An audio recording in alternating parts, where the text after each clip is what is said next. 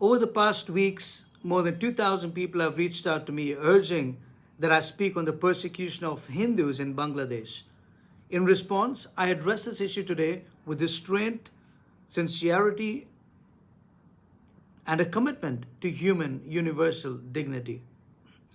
In recent developments, official representatives of the Government of India have publicly expressed concern about violence against minorities in Bangladesh and more specifically the Hindu communities that have been affected. The Minister of External Affairs spokesperson, Mr. Jaiswal, has stated that India is closely monitoring the situation and has condemned unremitting hostilities against minorities, including Hindus, Christians, and Buddhists, and urged that perpetrators be brought to justice. I appreciate the spokesperson for such commentaries. Additionally, Indian parliamentarians across political lines have commented on the matter, from BJP MP Sudharshanu Trivedi expressing concern over targeted attacks on minority communities to Congress leaders condemning violence and calling for accountability, such as MP Shashi Tharoor. Now, this raises a valid question about the role of Indian officials speaking up for persecuted communities beyond borders, which is commendable. However, the focus by many groups have been on the persecution of Hindu minorities, as if to state that India is a Hindu nation and to give this a communal view, as many radical groups have stated during the persecution of Christians during Christmas. They've even persecuted non-Christian vendors who were selling Christmas merchandise. You see, India's constitution in its preamble clearly establishes our republic as sovereign, socialist, secular, democratic. Articles 14 and 15 guarantee equality and non-discrimination, while Article 25 to 28 protect freedom of religion. This means that India is not a Hindu nation, nor is it a Christian nation, nor is it an Islamic nation. It is a secular democracy rooted in equality and pluralism. When Indian officials speak on behalf of Hindus facing violence in Bangladesh or in any other country, they are not doing so as a religious country. They are invoking constitutional values such as universal human rights principles to which India is committed both at home and abroad, and that is the right thing to do. These principles are mirrored in international law. The Universal Declaration of Human Rights, UDHR, affirms the right to equality and freedom of religion for every person without discrimination on grounds including religion.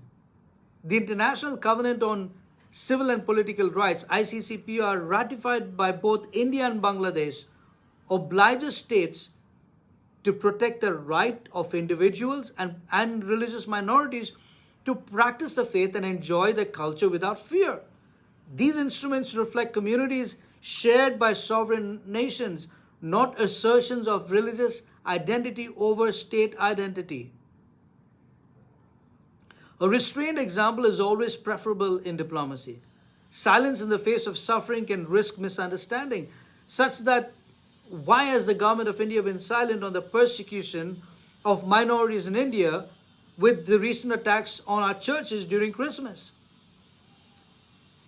In a gentle analogy, when a father is silent about his own daughter's persecution or someone outraging her modesty or destroying her home, but yet that same father speaks out when his neighbor's daughter is being persecuted, how will his own daughter feel? And this is how minorities in India feel. We feel betrayed and let down. Leadership is not judged only by what is said abroad, but by what is affirmed at home, that we practice what we preach. Let me state this clearly and personally. I stand with Hindus who are facing persecution in Bangladesh. But this is not a matter for one community alone. I am voicing it from the United Nations itself. My Christian community stands with them as well, knowing that violence against one group diminishes dignity for all. An imam friend of mine tells me that his community also stand with those who are persecuted regardless of their faith. Minority persecution is not the concern of any single religion. No, it is not. It is a human concern anchored constitutionally with values and international legal commitments. So, what can India do responsibly and constructively? First, continue diplomatic engagement grounded in constitutional and international law, not in a religious rhetoric. Second, stand reinforced, issue confidence that every minority feels secure, heard, and equal under the law. Third, support regional cooperation through established human rights mechanisms guided by mutual respect and shared standards. But that has to start at home because human dignity builds trust and strengthens the moral voice of any democracy. My appeal to the nation of India and to its leadership, let us practice what we preach.